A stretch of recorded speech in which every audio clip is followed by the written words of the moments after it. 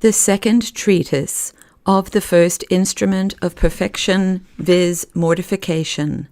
The first section of mortification in general and of necessary and voluntary mortifications. Chapter 1, 1 through 5. All the duties of a contemplative life reduced to two heads, viz. 1. Mortification, 2. Prayer, and the grounds of that division. 6. The necessity of each of these. 7. How they do advance each the other. 8 through 10.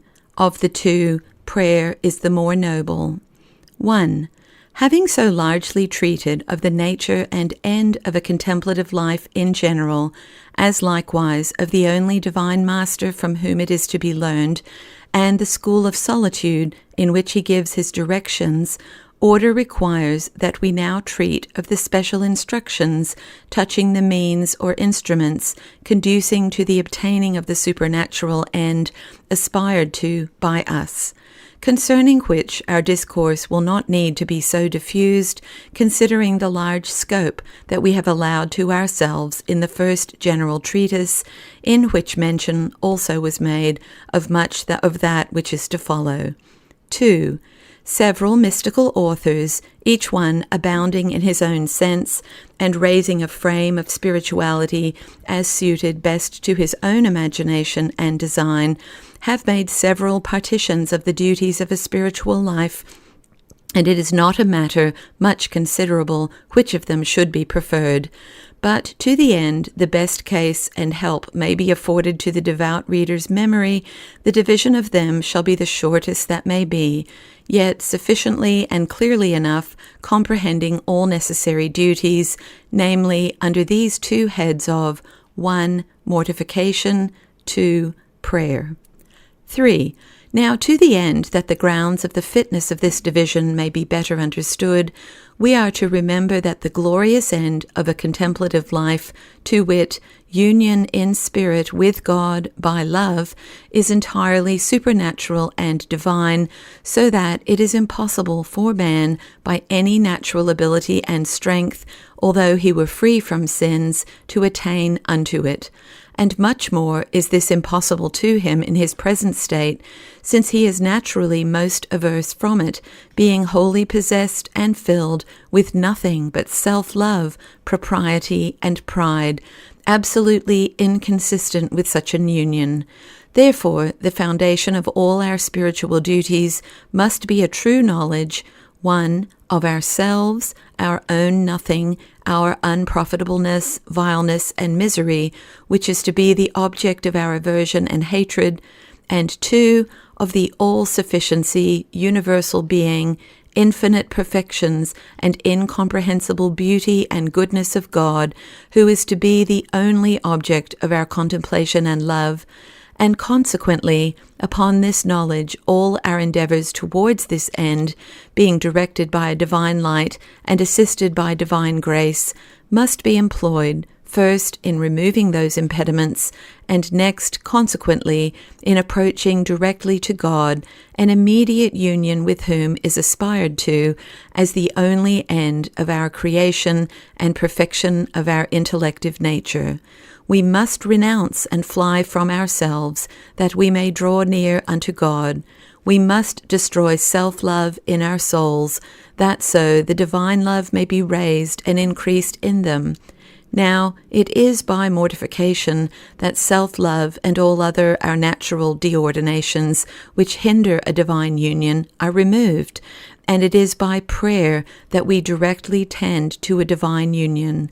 By the former, we exercise all duties and practice all virtues which regard ourselves, for virtues are so far only to be esteemed worthy of that name, inasmuch and as far as they are mortifactory to our inordinate passions and affections, as humility of pride, patience of anger, temperance of sensual desires, etc., and prayer, in the notion in which it is here understood, includes all our duties directly pertaining to God, as comprehending all manner of internal actuations and operations of the soul towards God, by the understanding, contemplating, and admiring Him, by the will and affections adoring, obeying, loving, and adhering to him, and, in a word, the whole soul resigning and submitting itself, and the body also, with all things belonging to each of them, to be disposed according to his divine will, both for time and eternity. 4. This division deserves the rather to be approved because Hesychius, an ancient illuminated monk, in his treatise De Puritate Cordis, hath conformably reduced all spiritual duties to 1. Temperance, 2. And prayer. By temperance, understanding the very same that is here meant by mortification, for, as he expresses his meaning, this temperance is a general abstaining from all things that would anyway disorder the affections or obscure the light of the soul.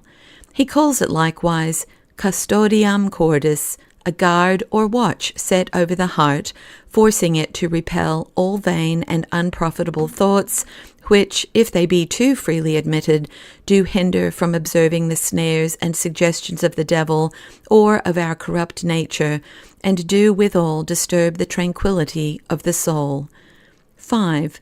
In those two duties, therefore, of mortification and prayer, all good is comprehended.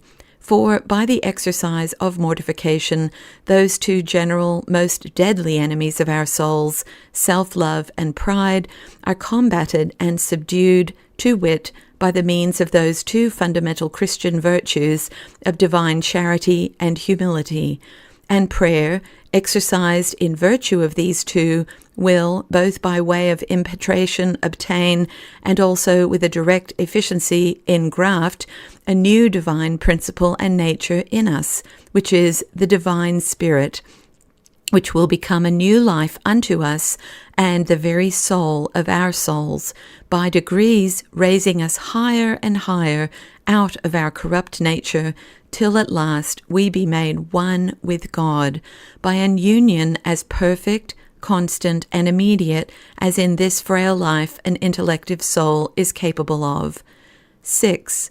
And both these duties of mortification and prayer are so absolutely necessary that they must neither of them ever cease, but continually increase in perfection and virtue to the end of our lives.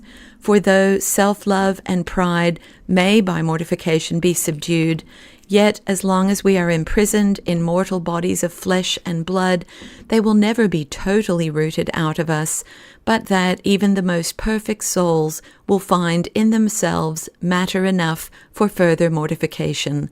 And again, our union with God by prayer can never either be so constant, but that it will be interrupted, so as that the soul will fall from her height back some degrees into nature again, nor is there any degree of it so perfect, pure, and spiritual, but that it may, and by exercise will, become yet more and more pure without all limits. 7. The diligent exercise of each of these doth much advance the practice of the other.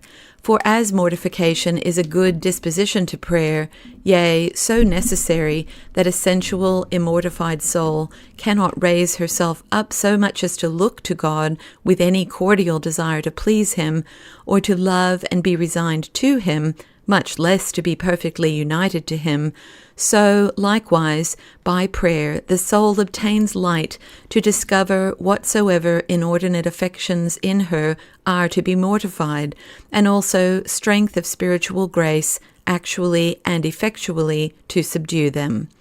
8. Hence, it may easily appear that of these two, prayer is much the more valuable and noble exercise. 1. Because in prayer of contemplation consists the essential happiness both of this life and that which is to come, so that mortification regards prayer as the means disposing to an end. For, therefore, a devout soul is obliged to mortify her inordinate affections, to the end she may thereby be disposed to a union with God. 2. Because mortifications are never duly and profitably undergone, but only in virtue of prayer. whereas possible it may be that prayer alone may be considerably advanced without any other notable mortifications, in case that God hath provided none for the soul. 3. Because prayer is withal in itself the most excellent and effectual mortification, for in and by it the most secret risings of inordinate passions are contradicted, yea, the mind and superior will are wholly abstracted and elevated above nature, so that for the time all passions are quieted, and all creatures, especially ourselves, transcended, forgotten, and in a sort annihilated. 9. Notwithstanding, in case that God, as he seldom fails, do provide for us occasions of mortification out of prayer, if we be negligent in making good use of them to the promoting of ourselves in spirit, we shall decrease both in grace and prayer, as, on the contrary, by a good use of them, we shall both certainly and speedily be advanced in the ways of the Spirit, so that neither of them alone is to be relied on. Mortification without prayer will be but superficial, or, it is to be feared, hypocritical, and prayer, with a neglect of mortification, will be heartless, distracted, and of small virtue. 10.